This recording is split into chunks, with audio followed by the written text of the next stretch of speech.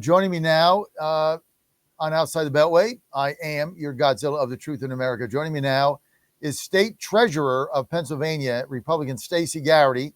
She is also the candidate, the Republican candidate right now, endorsed by the official Republican Party of Pennsylvania to be their gubernatorial nominee and go up against Josh Shapiro, who is basically running for president after he tries to get reelected as governor of Pennsylvania.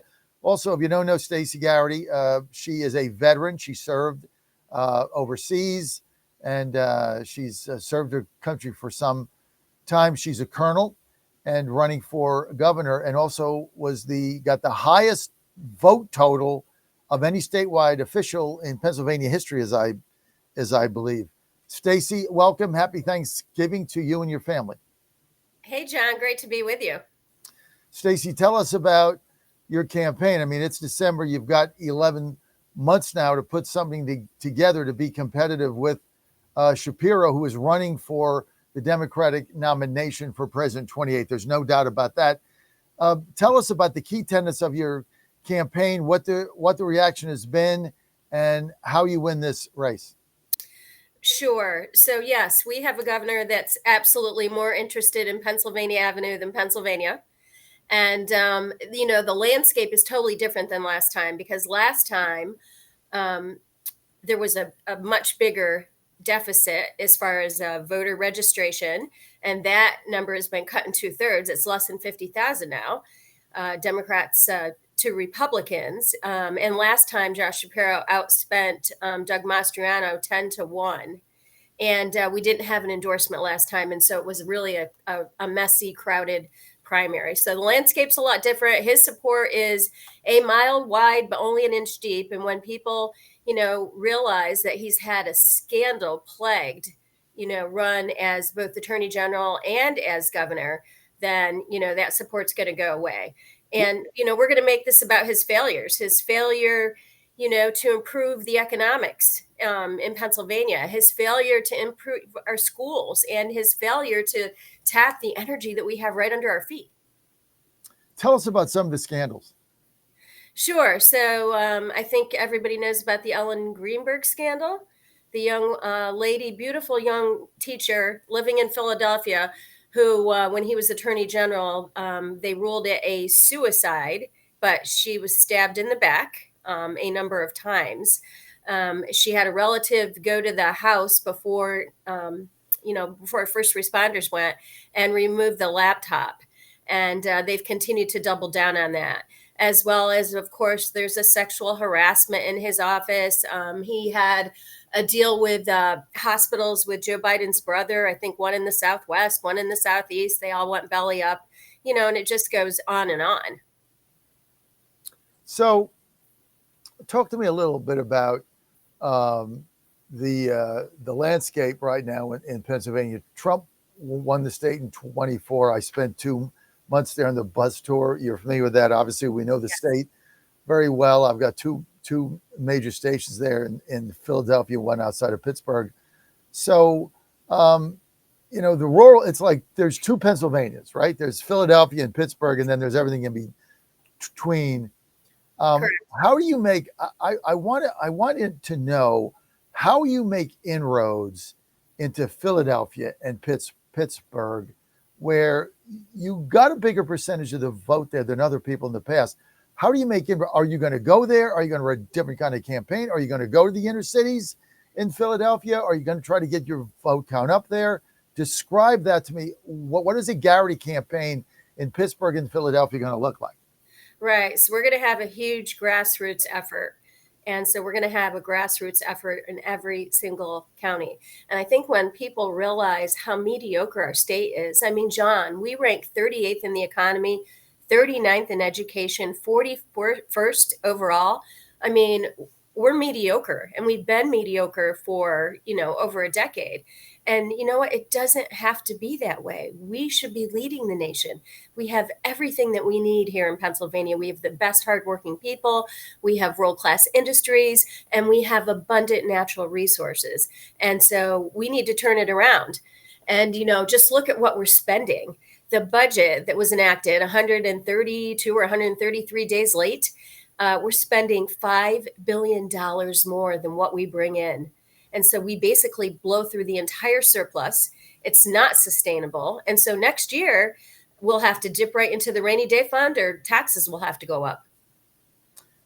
If you're governor of Pennsylvania, are you going to be open to President Trump's initiative in saving these urban cities and sending in the National Guard to Philadelphia? Whatever we need to do to keep our people safe, I'm all for. And I think I can speak to this since I did spend 30 years in the Army Reserve. We know the reserves, we know the guards, they're our neighbors.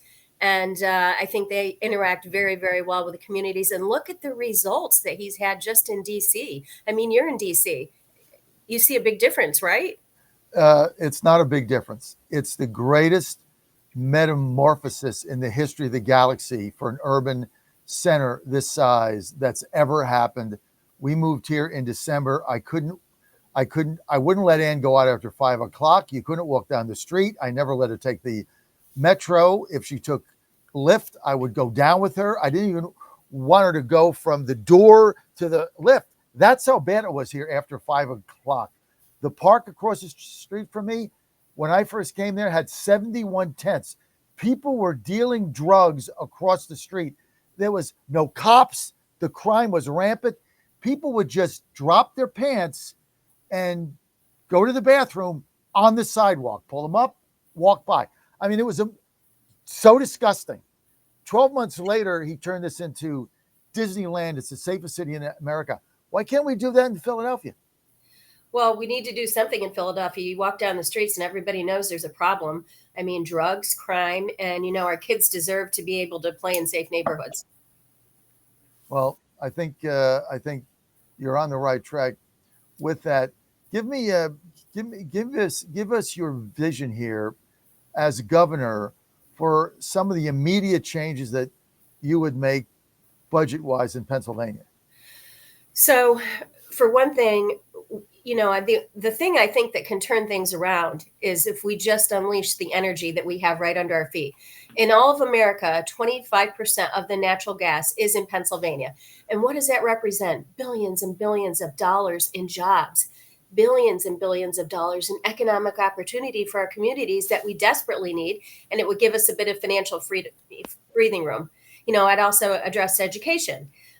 We're spending $1 billion more than when Shapiro took office, $1 billion a year.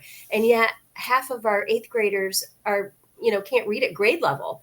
And that's terrible. We can't just keep throwing money at a problem and think that it's going to turn around. And then, like you said, we have to have, crime and fentanyl continue to destroy lives. And that has to be stopped. Kids deserve to be able to grow up in safe communities. Let me ask you this, Stacy. You served, as you said, in the reserves for a long time. What was your reaction to the two guardsmen that were assassinated on Wednesday night? Well, one is still in critical condition. The young lady died.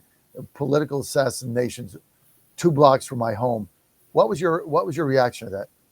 Well, first of all, I'm heartbroken for the family, and this is a result of Joe Biden, and Josh Shapiro has supported all of his failed policies.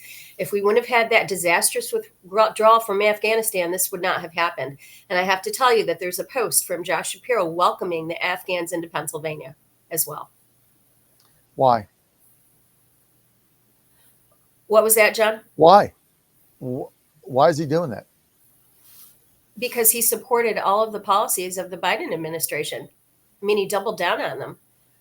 But obviously, we need to do a better job vetting who is in our country. We don't even know who's here. So think about how many other, folks that could have been radicalized.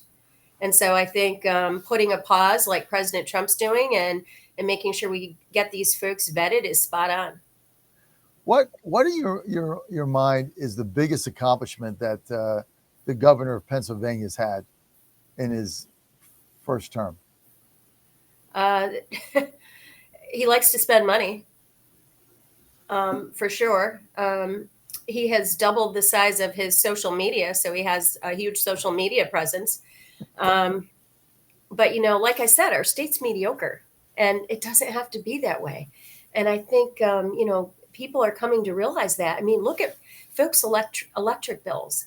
I mean, I think we're the seventh highest in the nation as far as rising utility bills in the last 5 years. And it shouldn't be that way with the natural gas that we have right under our feet. What is your position on big data centers in Pennsylvania?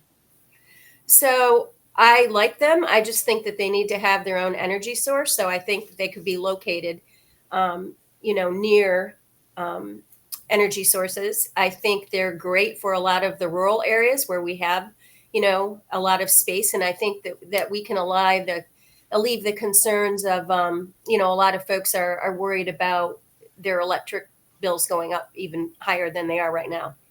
Do you think that AI should be AI monitoring or AI laws should be federalized the way President Trump wants, or that each state should be able to have their own AI jurisdiction? Oh, I think in general, it's better to leave it up to the states because each state is a little bit different. I agree with that, and that gives that puts the people closer to the decisions on AI that are going to be made. A lot of people, Stacy, talking about the advent of AI is going to cost all these jobs. It's going to drive unemployment up. I haven't seen evidence of that yet. I keep asking people, tell me the jobs that AI is replacing now.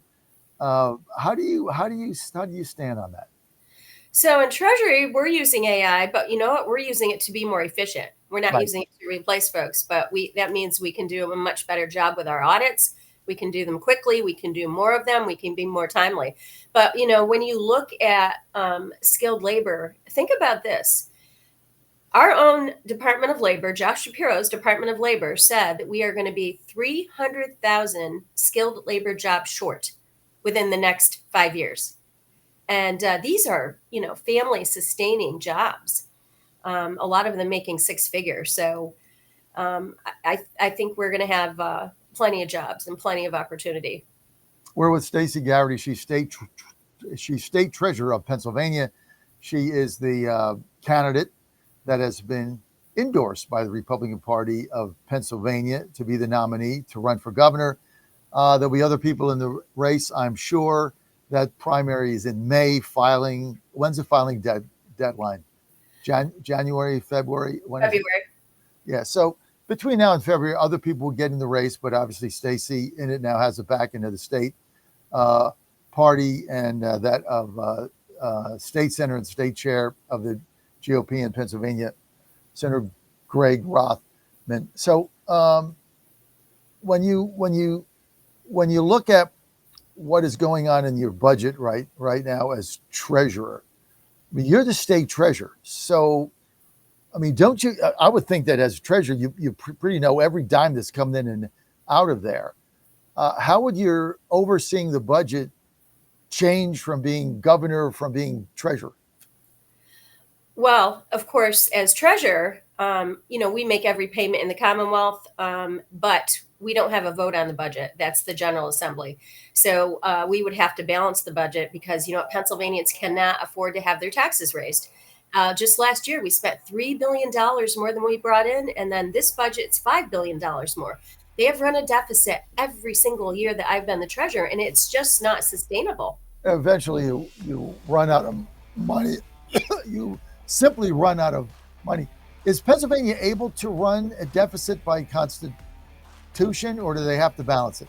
They have to balance it, but that's too cute by half because what they do is if you have surplus money, you can use that to plug the budget hole. Until the money runs out, and then you're screwed. Exactly. Which is what's going to happen. Yes. Stacy, people want to follow you on social media, follow your campaign. Where do they go? Stacy Garrity for PA. And All right. for PA. Stacy Garrity, E in Stacy, 2 R's. Stacy Garrity for PA. Stacy, thanks for being with us. Thank you for this wide-ranging segment with us. And by the way, when these people like Stacy come on, she's state treasurer. There's no talking points. There's no agenda. So she got to answer all these questions cold on her feet. Although I do appreciate your comms director trying to get a feel for my questions. He's doing his job. I just said, we'll figure it out. But thank you. Thanks, John. He's a good guy. Okay, we're going to be right back. Alfredo Ortiz coming up, Mark Peak coming up. Stay with us.